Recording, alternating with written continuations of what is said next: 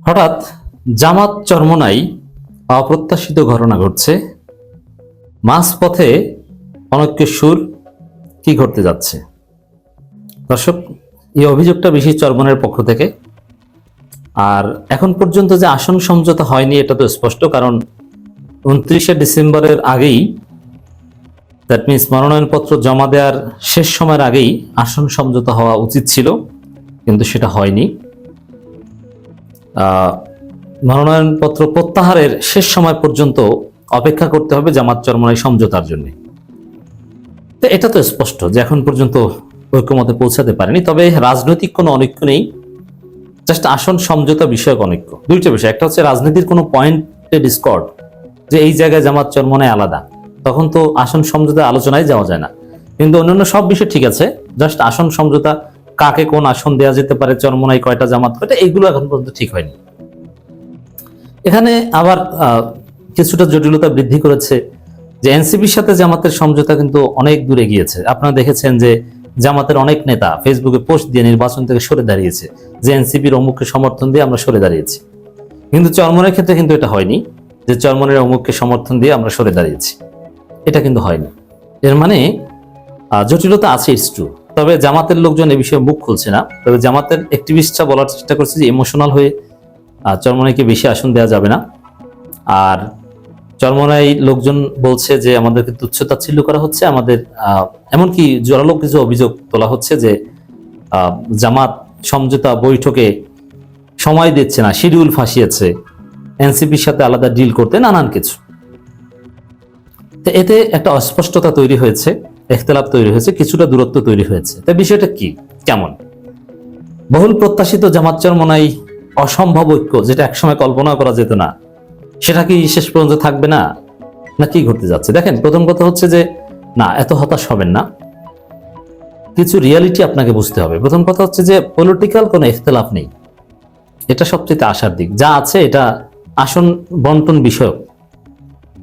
আর দ্বিতীয় হচ্ছে আসন বন্টন বিষয়ক যতটুকু ইখতিলাফ, এতটুকু রিয়ালিটি। জামাত আলাদা একটা দল, চরমোনাই আলাদা একটা দল, তাদের মধ্যে সারা জীবন ছিল মারাত্মক শত্রুতা। তারা এখন এখানে এসেছে।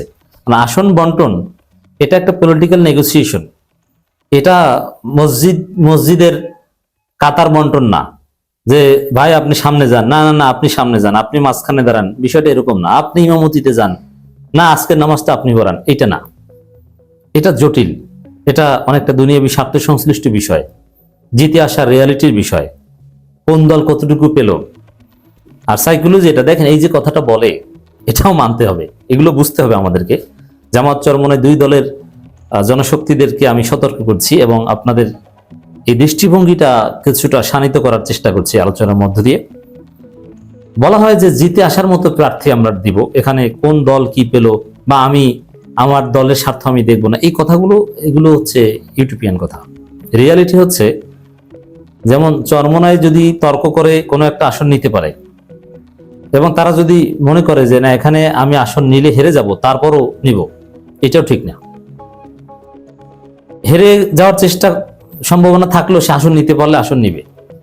সে বলবে না যে না এখানে আমার প্রার্থী পারবে না, আপনার প্রার্থী পারবে, ভাই আপনি নেন। রাজনীতি এত সহজ নয়, পাইলে কেউ ছাড়তে চায়। জামাতের ক্ষেত্রে সেম। সাপোজ জামাত বিএনপির সাথে জোট ছিল, তখন জামাত যদি কোনো একটা আসন বিএনপি বলতো, সাপোজ গোপালগঞ্জের একটা আসন, বিএনপি যদি বলতো গোপালগঞ্জের এই আসনটা এখানে বিএনপি এটা নিতে চায় না, আপনারাই নেন, তো জামাত জানে নিশ্চিত পরাজিত হবে, বরং ওখানে বিএনপির কেউ দাঁড়ালে কিছুটা প্রতিদ্বন্দ্বিতা হবে, তারপরও জামাত খুশিতে খুশিতে ওইটা নিবে। কেন? যে ওখানে আমার সাংগঠনিক কাজের গতি বৃদ্ধি পাবে। এটা রিয়ালিটি। এর মানে এখানে স্বার্থ, কে কতটা বেশি পায়, কে কতটুকু বেশি নিতে পারে, এটা একদম রিয়ালিটি, এটা এড়ানো যায় না, নাম্বার ওয়ান। দ্বিতীয় হচ্ছে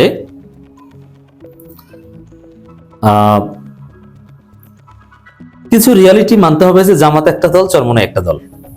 এখানে এত সহজে ঐক্য হবে এটা আপনি কল্পনা করেন কেন?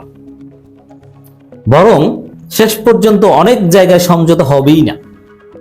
কমপক্ষে 4-5 জায়গায় আমি মনে করি থাকা উচিত ওপেন। ওপেন মিন্স সেখানে জামাতের প্রার্থী থাকবে, চরমোনাইয়ের প্রার্থী থাকবে, এমনকি এনসিপিরও থাকতে পারে।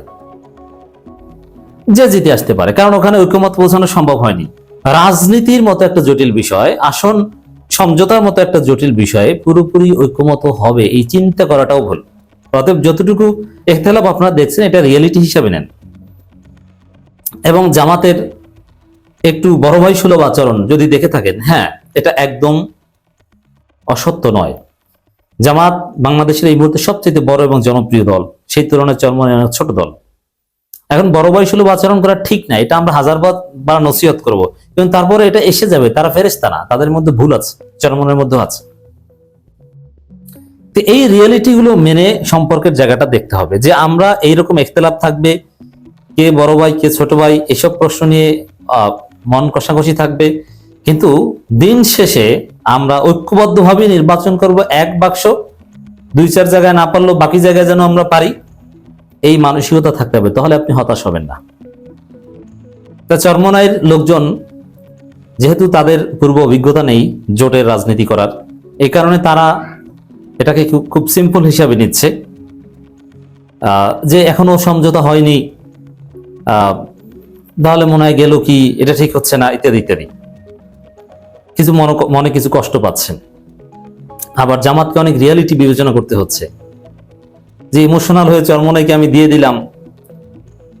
চরমনাই ভোটের রাজনীতিতে এনসিপির চাইতে অনেক বড়, কিন্তু মাঠের রাজনীতিতে আরো নানান পলিটিক্সে চরমনাইয়ের চাইতে এনসিপি অনেক বড়।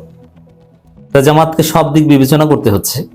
জামাত জেতার জন্য নির্বাচন করে, মনে রাখবেন যে চরমনাই এখানে জেতার কোনো বিষয় নাই, কারণ তারা ওইভাবে ক্ষমতায় যাবে বা এটা তারা চিন্তাও করে না। এখন জোটের সমীকরণে যদি ক্ষমতার পাঠ হতে পারে, এই সুযোগ তাদের আগেও ছিল। নতুন ভাবে চরমনাইয়ের সামনে বিরাট কোনো সুযোগ তৈরি হয়নি যে তারা একদম ক্ষমতায় চলে যেতে হবে। অতএব চরমনাইয়ের এই চিন্তাটা নেই যেটা জামাতের আছে। জামাতকে কিছু কিছু ক্ষেত্রে কঠোর হতে হচ্ছে, কৌশলী হতে হচ্ছে। এখন জামাত চরমনাই দুইটা দল, তাদের মধ্যে এখনো এই দর কষাকষি করে আসন বেশি নেওয়া কম দেয়া এটা চলছে, এখনো চলবে। যেমন আমি একটা উদাহরণ দিই, বরিশাল 5 আসন, এক্ষেত্রে শায়েকে চরমনাই বলছেন এটা আমার আসন, এটা কেউ চাইতেই পারে না।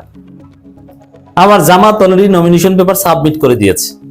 সাবমিট করেছে তো করেছে, তারা নমিনেশন পেপার সাবমিট করে সেই ছবি আবার জামাতের সেন্ট্রাল অফিসিয়াল ভেরিফাইড ফেসবুক পেজে দিয়েছে। কেন?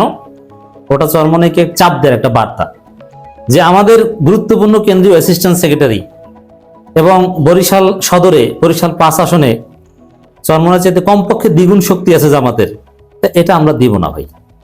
এবং সদর গুরুত্বপূর্ণ, এবং মুজিবুর রহমান সরোয়ারকে হারাতে হবে, এটা শায়েখে চরমনাইয়ের পক্ষে সম্ভব না। এখানে অ্যাডভোকেট হেলালকে লাগবে, কুফু হওয়া লাগবে, মানে সমতা ভিত্তিক প্রার্থী লাগবে। এর মাধ্যমে একটা চাপ দেওয়ার চেষ্টা করছে। এই চাপ, পাল্টা চাপ, দর কষাকষি, নানান সমীকরণের মধ্য দিয়ে যদি আপনি ঐক্যবদ্ধ থাকতে পারেন রিয়ালিটি মেনে, সেটা হচ্ছে টেকসই, এবং এটাই রাজনীতি। আপনি মসজিদের কাতার ঠিক করার মতো এত সহজ সমঝোতা ভাবলে ভুল হবে। অতএব চরমনাই ভাইরা যে অভিযোগ করছেন এর কিছুটা সত্যতা আছে, জামাতের এক্ষেত্রে সীমাবদ্ধতা আছে, রিয়ালিটি অনুযায়ী কাজ করতে হয়। তো এগুলো মেনে নিয়ে আপনারা ঐক্যবদ্ধ হওয়ার চেষ্টা করেন, সামনে এগোনোর চেষ্টা করেন, হতাশ হবেন না।